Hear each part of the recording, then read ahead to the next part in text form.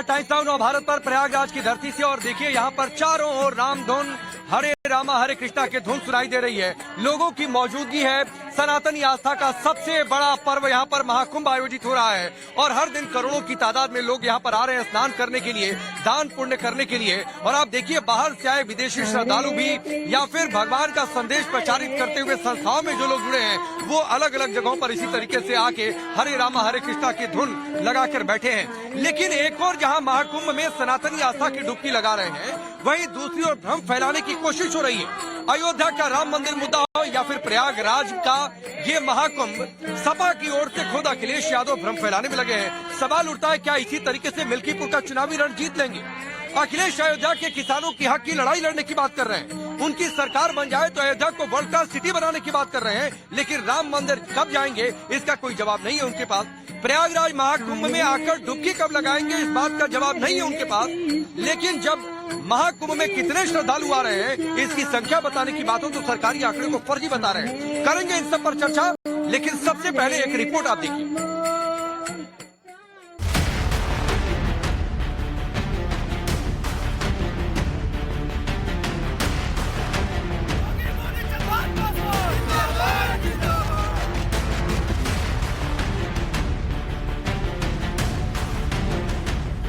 उत्तर प्रदेश में एक तरफ महाकुंभ पर सियासत जारी है तो दूसरी तरफ मिल्कीपुर विधानसभा चुनाव को लेकर बीजेपी और समाजवादी पार्टी आमने सामने है। योगी आदित्यनाथ हो या फिर अखिलेश यादव, दोनों का फोकस मिल्कीपुर पर है, क्योंकि अयोध्या की ये दूसरी लड़ाई सिर्फ चुनावी नहीं बल्कि नाक की लड़ाई बन चुकी है। बीजेपी और समाजवादी पार्टी दोनों ही अपनी अपनी जीत का दम भर रहे। एक तरफ बीजेपी राम के नाम पर चुनावी हुंकार भर रही है तो समाजवादी पार्टी राम मंदिर जाने से डर रही है, लेकिन राम के नाम पर सियासत जरूर कर रही। आज अखिलेश यादव ने अयोध्या के नाम पर बीजेपी सरकार पर हमला बोला। किसानों का सर्किल रेट बढ़ाने का वादा तो किया ही, साथ ही अयोध्या को वर्ल्ड क्लास सिटी बनाने की भी बात कही। हमारी समाजवादियों की मांग है कि विकास के खिलाफ नहीं है, अयोध्या वर्ल्ड क्लास सिटी बने, ये नहीं बना पा रहे हैं। समाजवादियों को मौका मिलेगा तो वर्ल्ड क्लास सिटी अयोध्या को बनाने का काम करेंगे। मैं भरोसा दिलाता हूं विधानसभा में भी लोकसभा में भी आपकी बात को रखेंगे और आपके लिए समाजवादी पार्टी लड़ेगी भी, हक दिलाएगी भी। और आने वाले समय में सरकार बनेगी तो सर्किल रेट बढ़ा करके आपको मुआवजा दिलाने का काम हम सब लोग मिलकर के करेंगे। उन गरीबों को आप मार रहे हो, किसानों की जमीन छीन रहे हो, जिनका जीवन यापन सदियों से वहीं होता आया है। इन्हें भगवान प्रभु श्री राम भी छोड़ेंगे नहीं, इनके खिलाफ भी भगवान श्री राम जी कुछ न कुछ करेंगे। इतना ही नहीं, अखिलेश यादव मिल्कीपुर जीतने का दावा कर रहे हैं, लेकिन बार बार फेयर इलेक्शन कराने की बात कहकर क्या अखिलेश चुनाव आयोग पर सवाल नहीं उठा रहे? उत्तर प्रदेश का देश का सबसे बड़ा उपचुनाव होने जा रहा है और हम सरकार से भी कहेंगे कि ये चुनाव पारदर्शी हो और पारदर्शी उदाहरण पेश करे सरकार कि ये फेयर इलेक्शन हो रहा है, जिससे कि हमारे तमाम जर्नलिस्ट न केवल यूपी के, भारत के और दुनिया के भी आकर के देखें कि कैसे फेयर इलेक्शन होता है। ये उदाहरण पेश करे आने वाले समय में कि इतना फेयर इलेक्शन हो सकता है और किया जाता है। और सच्चाई तो ये है कि मिल्कीपुर में भी इनके पैर उखड़ते हुए नजर आ रहे हैं। और हम आपसे पहले भी निवेदन कर चुके हैं कि हमारे समीकरण की चर्चा ज्यादा मत करना आप लोग। अगर प्रेस के लोगों ने ज्यादा चर्चा कर दी हमारे पक्ष में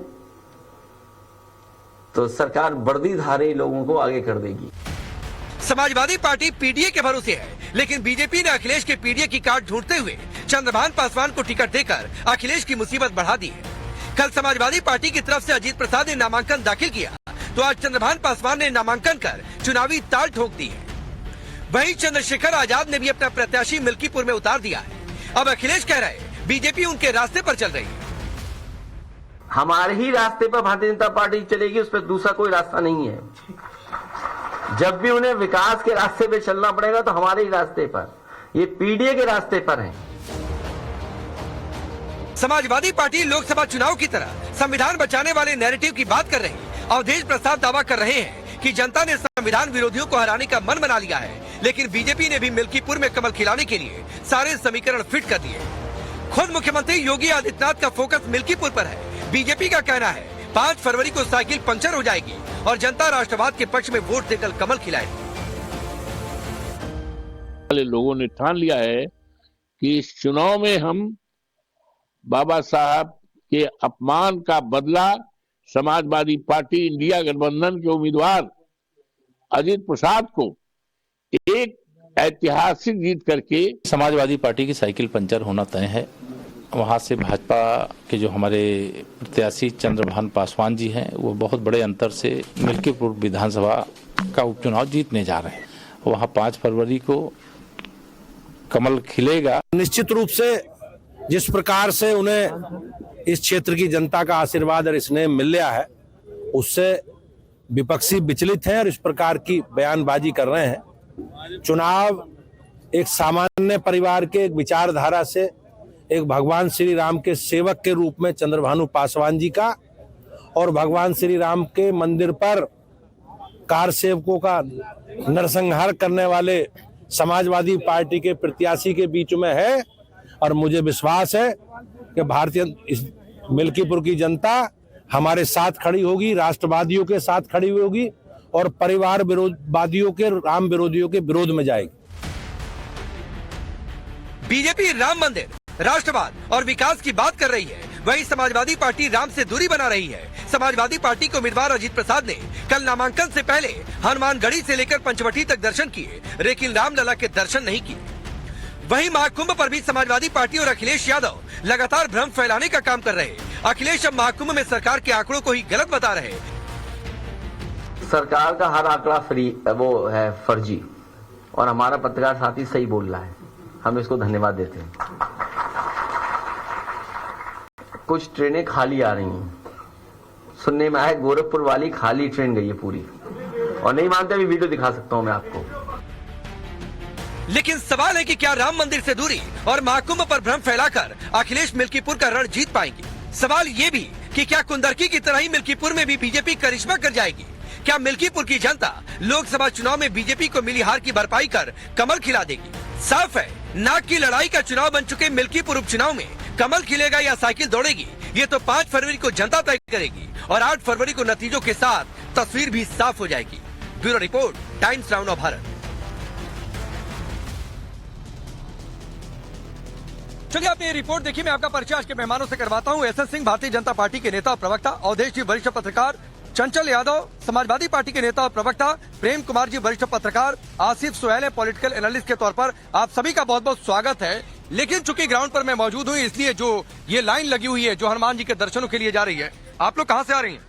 दिल्ली से आ रहे हैं। दिल्ली से आ रही हैं? ट्रेन से? हाँ जी, ट्रेन से। खाली है कि भरी हुई है? बहुत बढ़िया ट्रेन है और दर्शन भी बहुत अच्छे हो रहे हैं, कोई भीड़ भाड़ नहीं है, सुविधा। ट्रेन में भीड़ है कि खाली है? नहीं ठीक है, भीड़ है। बहुत अच्छे से आए हम लोग। ट्रेन में भीड़ है? नहीं, बहुत नहीं है ना, बहुत आराम से। अच्छा, कहाँ से आ रहे हैं?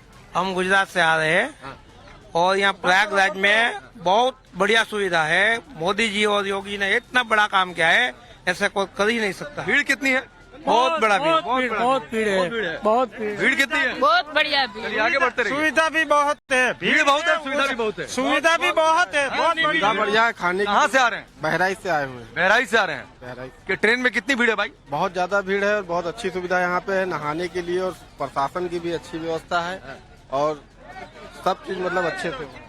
अब चंचल यादव बताइए भाई, कौन सी ट्रेन खाली दिख रही है? लोगों को तो कोई नहीं, कोई राजस्थान से आ रहा है, कोई यूपी के अलग अलग जगहों से आ रहा है, क्यों इतना भ्रम फैला रहे कि ट्रेन खाली है, यहाँ महाकुंभ में कोई आ ही नहीं रहा है?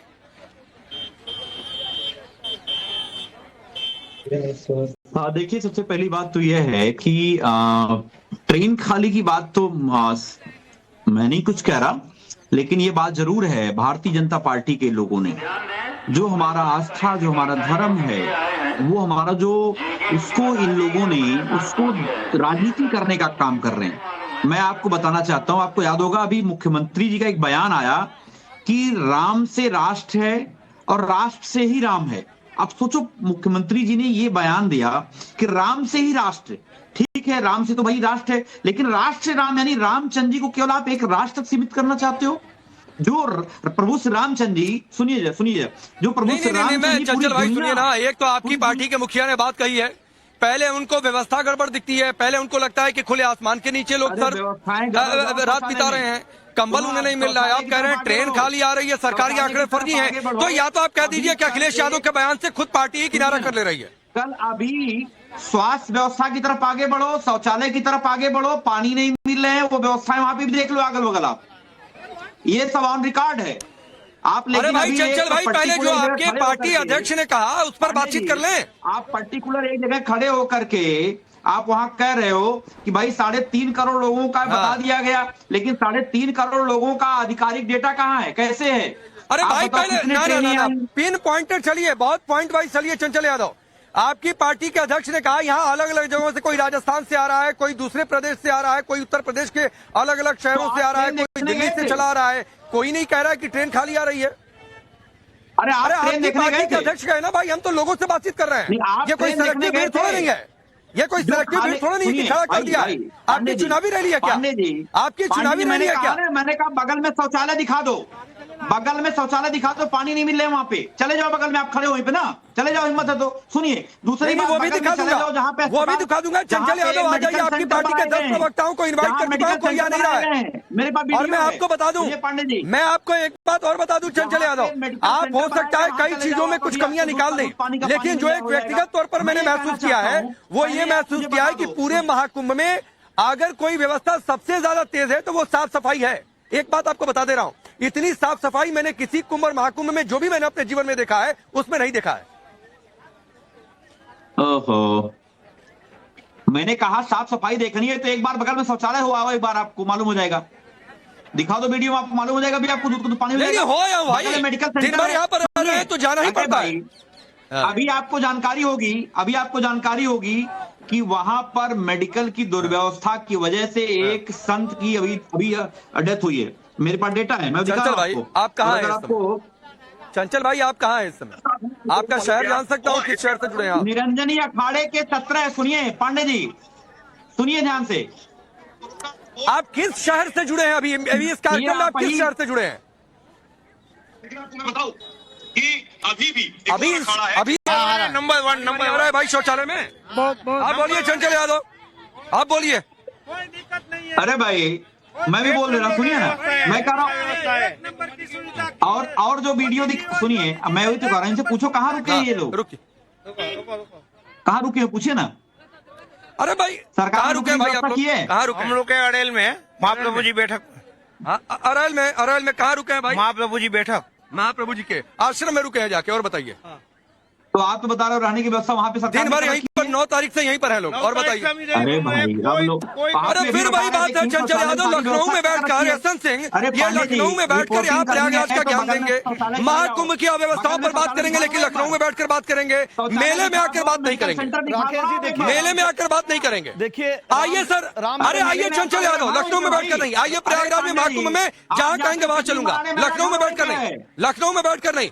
यशवंत सिंह बोलिए। राकेश जी, मैं कहूँगा राम विरोधी समाजवादी पार्टी के लिए तुलसीदास जी ने बहुत बढ़िया चौपाई लिखा है। उन्होंने कहा निर्मल जन सन सो मोहि पावा, मोहि कपट छल छिद्र न पावा। ये जो छल कपट करने वाली समाजवादी पार्टी है, जो राम भक्तों पर गोली चला देती है, जो जय श्री राम का नारा देने पे बंद कर देती है, उसको कैसे दिखाई देगा? और दिखाई देने के लिए तो आदरणीय अखिलेश यादव जी को कुंभ में जाना चाहिए, प्रयागराज जाना चाहिए। आज देखिए उत्तर प्रदेश छोड़ के पता नहीं जाके कहां गंगा स्नान कर रहे थे।